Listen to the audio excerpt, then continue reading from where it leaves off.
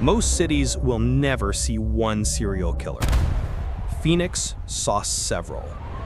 Within just a few decades, the same metro area was stalked by a man who walked neighborhoods at night, shooting strangers for sport, another who ambushed people in their driveways and cars, a zombie hunter who left bodies along the canals, and predators who targeted women on the margins, knowing hardly anyone would ask where they'd gone. Different weapons, different victims, same city. This isn't about one monster. It's about what happens when one place becomes a hunting ground for many. Tonight we're in Phoenix, Arizona, and these are 5 times that city crossed paths with pure violence. He didn't stalk alleys with a knife. He didn't lure people online. He waited for nightfall, stepped out of the shadows, raised a pistol, and then disappeared. To neighbors, Aaron Juan Saucedo was nothing special. 23 years old, lived with his mother. Quiet. Polite. He waved at people on the sidewalk. Worked odd jobs. Kept to himself. But in August 2015, the mask slipped, only no one realized it yet. His first victim wasn't random. It was Raul Romero, his mother's boyfriend, shot in his own driveway and left to die. Police saw it as a targeted killing, not the beginning of something much bigger. Then the shootings came back. From January to June 2016, West Phoenix and Maryvale turned into a hunting ground. Victims included a 12-year-old girl outside her home, 2 women talking in a driveway, a teenager walking down the street, men sitting in parked cars or coming home from work. There was no robbery, no clear motive, no warning.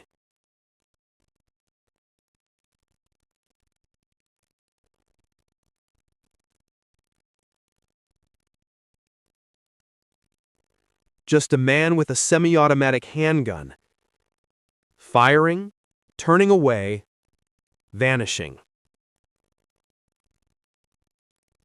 The city called him the serial street shooter.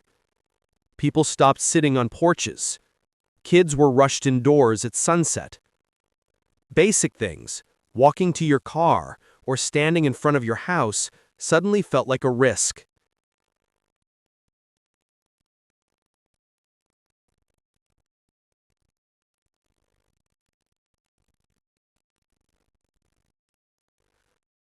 Detectives mapped the attacks, matched bullets, built a sketch of a slim Hispanic man in a dark car. But the shooter always seemed to be one night ahead of them. The break didn't come from a dramatic chase, it came from paperwork. Police found a gun that Saucedo had sold to a pawn shop. Ballistics tied it to the murder of Raul Romero. From there, the case fractured open. Shell casings matched multiple scenes. Phone records placed Saucedo near attacks. Surveillance and tips from the community pushed his name to the front. On April 21, 2017, he was arrested for Romero's murder. Within weeks, he was charged with 8 more homicides, plus attempted murders and drive-bys. In total, 9 people murdered. Dozens of counts.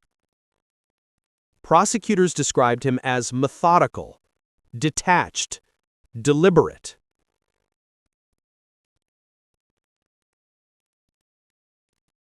No clear motive has ever been made public. He didn't know most of the victims. He didn't rob them. He just hunted. Aaron Juan Saucedo was sentenced to life in prison without parole. The streets of Maryvale are quieter now, but for a lot of people who lived through that year, night still feels like something you watch carefully, not just walk through. When Caius Cooksey Jr. left prison after 16 years, Some people saw it as a chance to start over. He saw it as a reset button.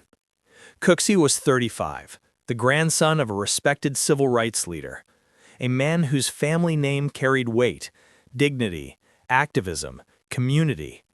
But his upbringing was full of violence, abuse, chaos. By 16, he'd left home. 18, he was armed. 20, he was already doing time for manslaughter and armed robbery. In July 2017, he walked out of an Arizona prison. He told people he wanted to change, recorded rap videos, talked about money, respect, and power. But something was off. Those around him said he was quieter, colder, heavier behind the eyes. In late November, bodies started appearing. November 27, 2017, two young men, Andrew Remillard, Parker Smith, found shot to death in a Phoenix parking lot. No robbery, no obvious motive. December came, and so did more bodies. Salim Richards, 35, shot outside his apartment. Jesus Rial, found dead in his home. He was the brother of Cooksey's girlfriend. Now, it was personal. But investigators still hadn't connected everything. They would. Over just 3 weeks, Cooksey racked up 8 murders across Phoenix and nearby Glendale. Victims included friends, strangers, his own mother, Renee Cooksey, and his stepfather, Edward Nunn. On December 17th, neighbors called the police. Shots fired inside a central Phoenix apartment. Officers walked in to find Renee and Edward dead on the living room floor, and Cleophas Cooksey Jr., breathing hard, standing nearby. At first, it looked like a domestic double homicide, but ballistics said otherwise. The gun from that apartment matched shell casings from multiple scenes: the parking lot killings, the apartment shootings, other crime scenes across Phoenix and Glendale. What looked like one incident turned into a map of a 3-week killing spree. Cooksey was charged with multiple counts of first-degree murder, armed robbery, kidnapping, and sexual assault. Prosecutors are seeking the death penalty. His case is still winding its way through the courts, but the evidence, ballistics, DNA, timelines, forms a story he can't easily rewrite. He walked out of prison talking about music and a future. Within months, he had killed strangers, killed family, turned freedom into a countdown clock. Sometimes the most dangerous people aren't the ones who slip through the cracks. They're the ones who walk right out the front gate. By day, Dale Hausner stood behind a camera. Crime scene photographer, local news freelancer, the guy you'd see on the sidelines taking pictures after somebody else pulled the trigger. By night, he was the one making the news. Phoenix, 2005 to 2006. Random shootings started to terrify the city. Drivers hit at red lights, pedestrians shot on sidewalks, dogs and animals targeted, homeless people attacked as they slept. The shooter didn't rob, didn't speak, didn't leave notes. He just fired and vanished. The media dubbed him one of the serial shooters, part of a broader wave of random attacks plaguing Phoenix at the time. Police had bullets, shells, maps, and fear. They did not have a face. Hausner, meanwhile, worked crime scenes, filed photos, quietly followed media coverage of shootings he himself had committed. With him on many of these nights was Samuel Deitman, a friend who shared his appetite for fun through violence. They called it RVing, riding around the city looking for targets. People, animals, anything that would bleed and make the news. Over months, the numbers grew. More than 40 shootings, at least 6 people killed, many more wounded. Hausner saved news clippings, footage, details. He was archiving his crimes while pretending to document other people's. In the end, what brought them down wasn't brilliant forensics. It was a bar conversation. Deitman bragged to someone about the shootings. That someone came forward. Detectives followed the lead straight to Hausner's apartment. Inside, they found firearms, ammo, and evidence linking them to multiple scenes. In 2006, both men were arrested. At trial, Hausner denied the majority of the charges at first, later made a strange pivot during sentencing, claiming he would accept punishment like a man, and told jurors his name would someday be as infamous as Charles Manson's. Prosecutors weren't impressed. In 2009, he was convicted of 6 murders, 19 attempted murders, and dozens of other felonies. He was sentenced to multiple death sentences. Hausner didn't wait for the state to carry them out. In 2013, he killed himself in his cell, overdosing on pills and ending the story on his own terms. The man who started as a photographer documenting tragedy ended up creating it, and then became the final body in a case he'd helped shape. Phoenix, 2005. Police are already dealing with random shooters. Then something even darker starts happening along Baseline Road. Women are pulled off the street, robbed, raped, and sometimes executed. Bodies are found in alleys, in cars, in public spaces, often staged or partially undressed, as if someone wanted the humiliation to be part of the message. The press names him the Baseline Killer. The man behind it is Marc Goudeau. On paper, he looked ordinary. Construction laborer, lived not far from where many attacks took place, married with family who believed in him. He'd already been to prison in the 1990s for violent assault. He was paroled in 2004. By 2005, he was back in the shadows, this time with a gun, a pattern, and a taste for domination. His spree included 9 murders, multiple sexual assaults, armed robberies, kidnappings. Victims were mostly women between 19 and 39. Many were attacked while just walking to their cars, working late, standing outside in their own neighborhoods. One of the final victims, Carmen Miranda, was washing her car while on the phone. She was abducted, shot, and left posed in her own vehicle. Phoenix was terrified. Women changed their routines, streets emptied at night. Tips poured in, but nothing stuck, at first. The turning point came with a 2005 sexual assault case. A victim survived. DNA was collected. Later, when Goudeau was picked up on an unrelated assault, his DNA went into the system. It matched. From there, detectives traced him across multiple cases. Forensic DNA tied him to rapes and murders. The statistics were staggering. One analyst testified the DNA was 360 trillion times more likely to be his than anyone else's. In 2007, Goudeau was convicted on 19 counts in a sexual assault case. He got 438 years in prison. Then came the murder trials. He protested innocence, blamed drugs. His wife stood by him, insisting he couldn't have done it. The evidence said otherwise. He was convicted for 9 murders, a long list of related violent crimes, and sentenced to death plus additional life terms. He now lives on Arizona's death row. Phoenix remembers him as the man who turned everyday places, bus stops, sidewalks, driveways, into crime scenes. If you were in Phoenix in the 2000s or 2010s, you might have seen him. An odd guy with an old police car, painted and splattered to look like it belonged in a zombie movie. Fake blood, the words "zombie hunter." He posed for photos at Comic Cons. Kids thought it was cool.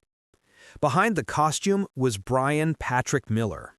Go back to the early 1990s, before he had a nickname. November 1992. 22-year-old Angela Brasso went for an evening bike ride along a canal in North Phoenix. She never came home. Her body was found the next day. Her head was discovered days later in a nearby canal. The case was brutal, the details so horrific that they shook the community. September 1993, 17-year-old Melanie Bernas was found dead in the same canal system. Signs of sexual assault, same general area, same type of attack. The The cases were clearly linked. The killer wasn't. For over 20 years, both murders went unsolved. DNA evidence existed, but the technology and databases weren't there yet. Meanwhile, Miller was living in Phoenix, working at odd jobs, driving that zombie hunter car, dressing up at events. No one knew. In 2015, detectives reopened cold cases using modern DNA. They ran old samples from Angela and Melanie's cases. They got a hit. It matched Brian Patrick Miller. Undercover officers later collected his DNA off a soda can he discarded. The lab confirmed it. The same man linked to both canal murders. In 2015, Miller was arrested. He waived his right to a jury and chose a bench trial, leaving his fate in the hands of a single judge. Over 6 months, prosecutors walked the court through the kidnappings, the sexual assaults, and the killings of Angela Brasso and Melanie Bernas. Miller said little. His defense raised childhood abuse, trauma, mental health claims, but the judge focused on what could be proven. On June 7, 2023, Miller was sentenced to death for both murders, plus 24 years for kidnapping and attempted sexual assault. Angela's mother told the court, "The defendant stole my angel from the earth. I will never be the same." Melanie's sister echoed the loss. The man who once posed as a harmless horror fan, hunting zombies for fun, had been hunting real women decades earlier.